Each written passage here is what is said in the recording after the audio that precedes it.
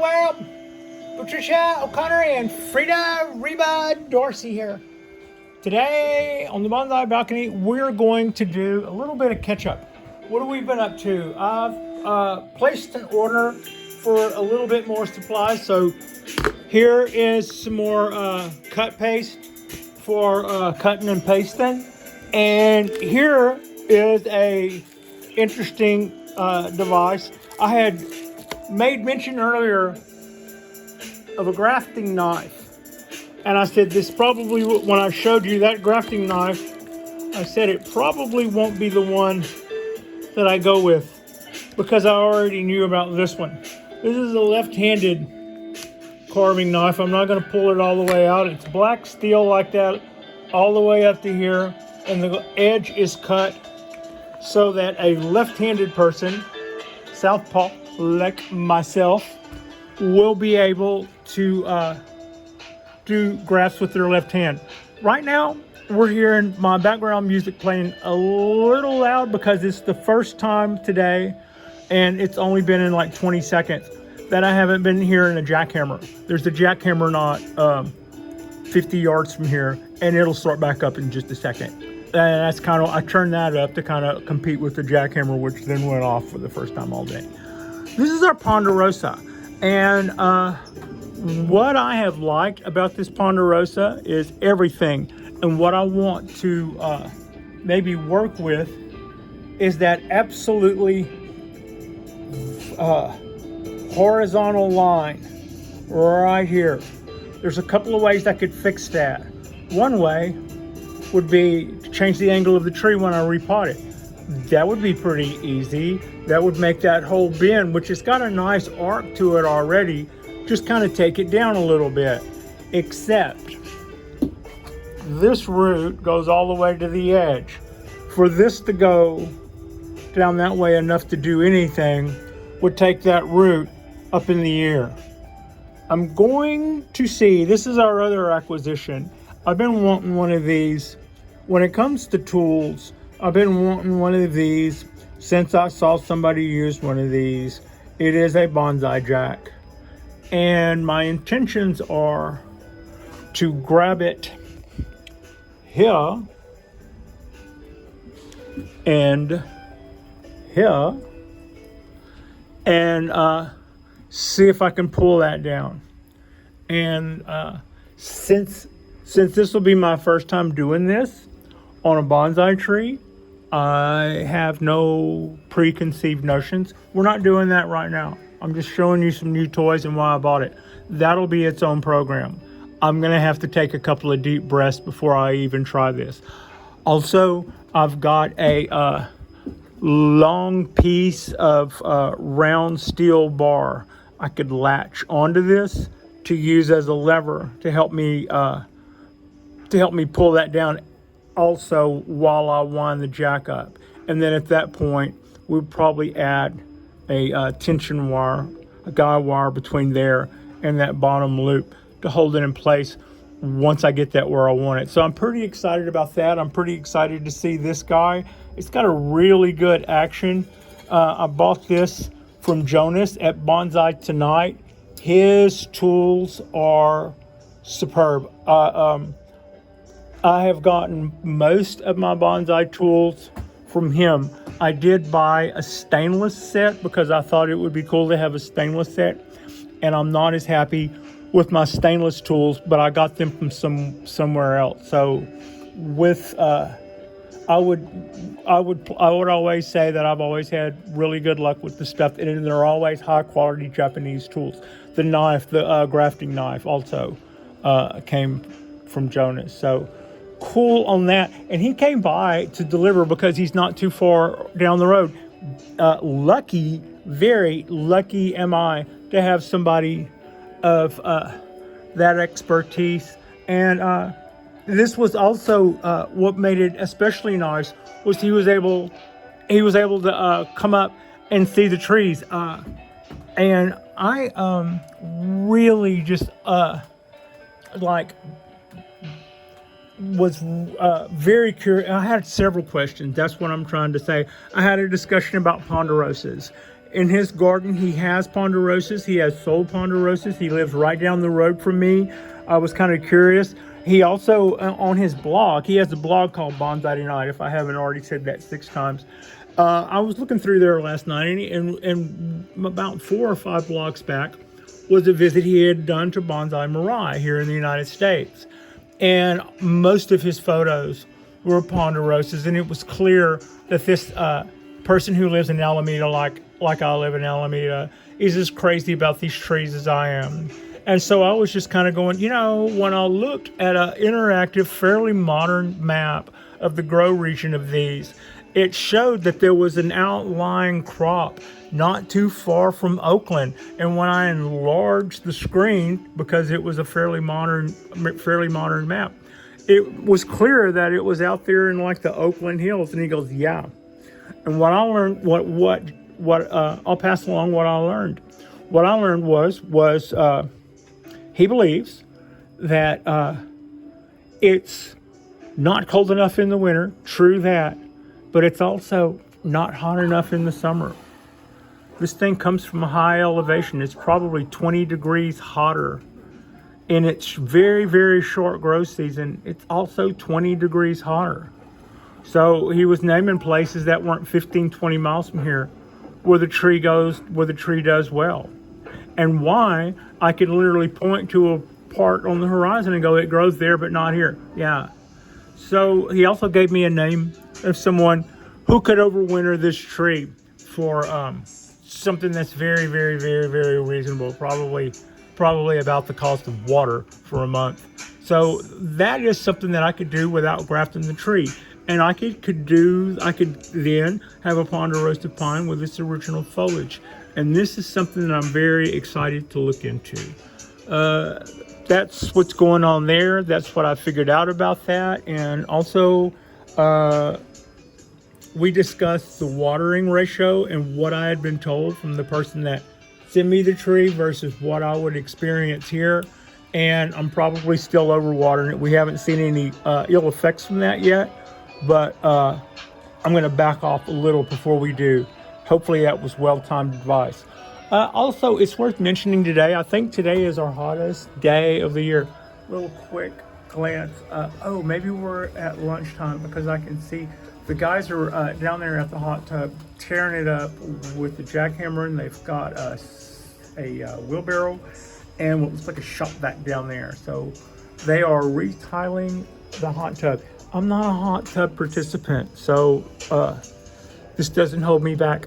I originally got this cork bark Japanese black pine from Jonas, and he said that was the greenest he's seen it in quite a few years, meaning I'm doing better with it because I've gotten a little better handling on the water. I think he didn't say this, these are my words, I think I got a C- on my 17 year from seed. He said it was over pruned, and now I've got I was looking at the foliage and going, oh, that looks kind of, it's juvenile foliage, and I'll be 3 years getting over that. He also said that it would be a good idea to put some wire on that and pull the branches down, or put some guy wires on there and pull the branches down.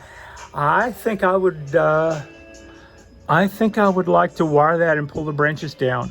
Our game is up to that. I think we can do that. So we have that in our future in the next couple. So that's what's going on there and there. Our ball cypresses are looking good. I was asking him about my die-off. The word there is that's just we've gotten a lot more. We've gotten a lot more growth, and a lot more shaggy stuff this year. And it's just time of the year for us to start giving up the stuff that's not getting any light. No worries. It's making, and I saw that too. I saw these are all the areas that aren't getting lit, but there are also maybe the areas where the humidity could be hanging out too because it's not drying. But so both of those seemingly could have been something, and I just wanted to make sure.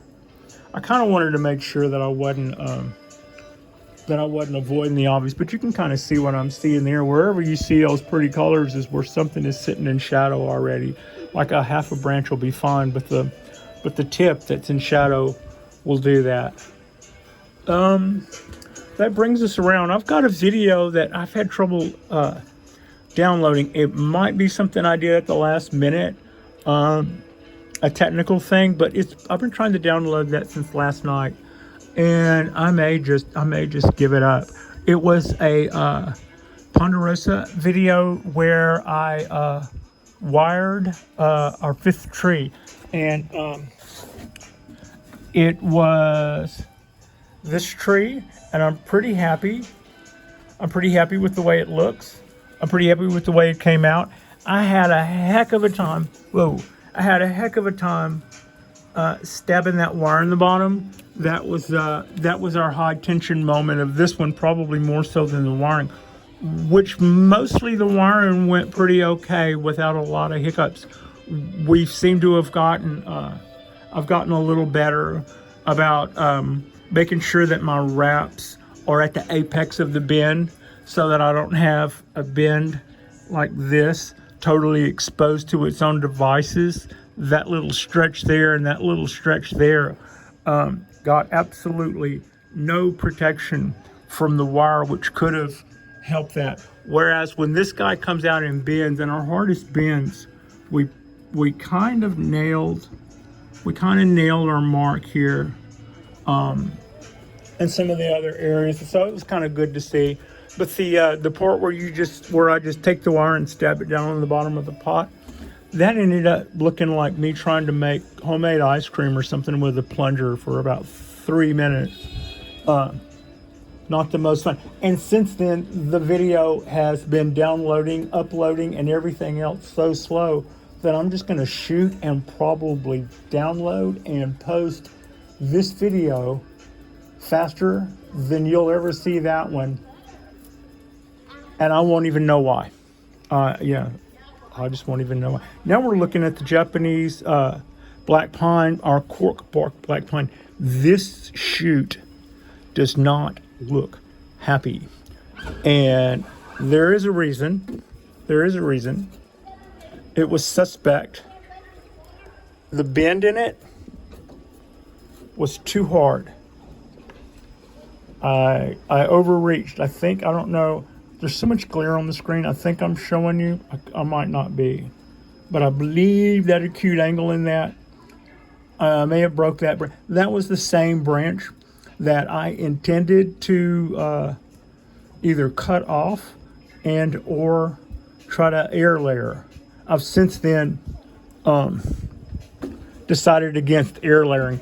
I was watching a video where somebody was talking about trying to increase their odds of air layering one of these, and the instructor on the Q&A was going, why would you want to? At the end of the day, you're going to have one of these guys on their own roots. Sure, you're not going to have that graft, but some trees look really good and are grafted really well.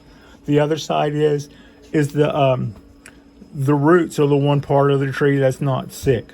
And if you've got one of these guys on its own roots, it will always be a pain in the butt, and you'll have a hard time keeping it. And that was that. You're kind of listening to that going, yeah, that makes it even harder still to treat it like a regular bonsai. And they pointed out that these things never survive in the wild when it happens, because they don't survive on their own. They don't survive in the heart. They don't survive in nature.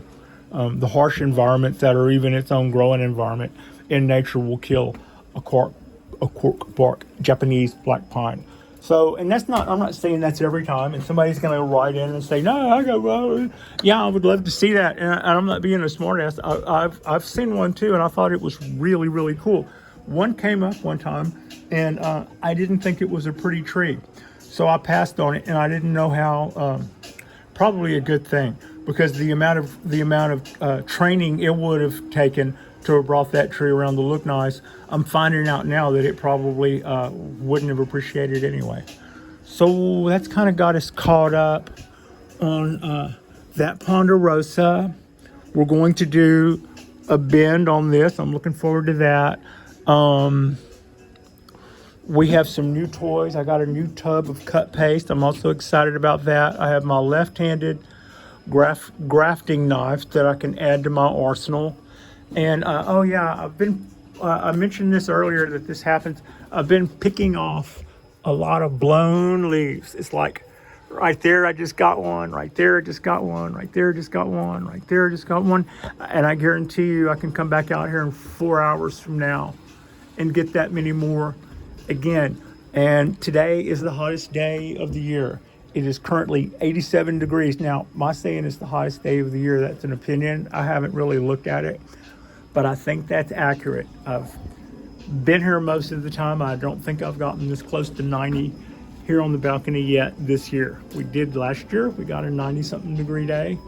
But why would this tree, who normally is going to take full-blown sun, all the sun it can get, and would love the heat, why does it give off leaves? And they're not necessarily old leaves. You know, things that were brand new leaves a week ago, 2 weeks ago, might not be here a couple hours from now. And the reason I think that is we're feeding it enough. We should be watering it enough. We can look here and look here. We're keeping our temps down. The outside edge gets a little hot, but the outside edge is mostly covered except for the top lip. So once or twice a day of watering this should keep us around that. But here's the deal.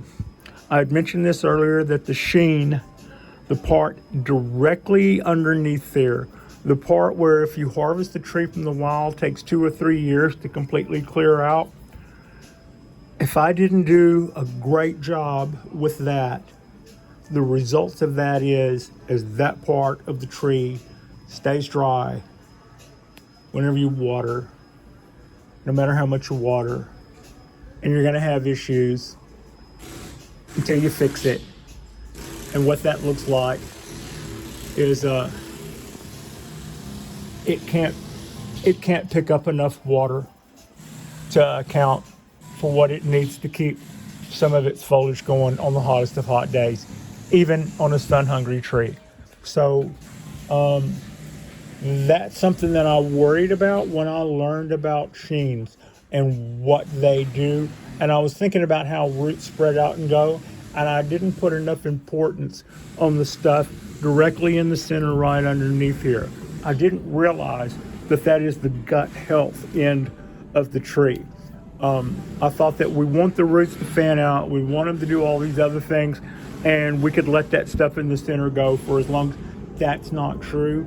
And this very well might be what that looks like. So it hadn't killed us, but it does knock us back on some foliage on our hotter days, and I have to watch the watering. So that's that lesson. Everybody else has been watered today. Everybody else is pretty happy. This guy is probably not long for this world, but not to worry. The bud behind it's okay. The tree's okay. Also you can see how yellow that is on the inside versus the green and the yellow on the inside. That's like the first hint I've been told of overwatering, which I would totally believe, because in the morning I have to come out here and I'll look. The shallow pot gets dry quickly, but sometimes when I look at it, it's not quite dry yet. But I'm going, you're going to be gone 8 hours. Decide now what you're going to do. And what I should be doing is, since it's kind of like a 50-50 ratio, I should be deciding about every other time, maybe every third time, to water it, and to not the rest of the times when it's like that. And I haven't figured out that ratio yet. So that's what overwatering looks like when I'm trying to wing it while I'm going to work, for what that's worth. So that's pretty much got us caught up. I've got some stuff I'm pretty excited to move on to, and I thought I would catch up on what I picked up on. Also, I wanted to explain where I was. Last night would have been a wonderful time to have dropped a video. Normally I would have had one already spooled up, but I let my weekend stuff go ahead and drop to kind of fill in the gap from the week before. And now last night's drop just is not happening. It doesn't look like. So it's time to keep producing, and I may have switched the camera on to high definition, and it takes forever here for it to propagate. Also, that noise you hear is a little quieter than it was before, but that's the stuff that I was talking about. We we were kind of listening to. So like and subscribe if you guys haven't already. That was just a quick look at some new toys we have, kind of an unboxing. I've got a new knife, and I've got a new bonsai jack. I'm really looking forward to seeing how it goes with those guys. And I appreciate you. Frida appreciates you, and thank you so much for watching.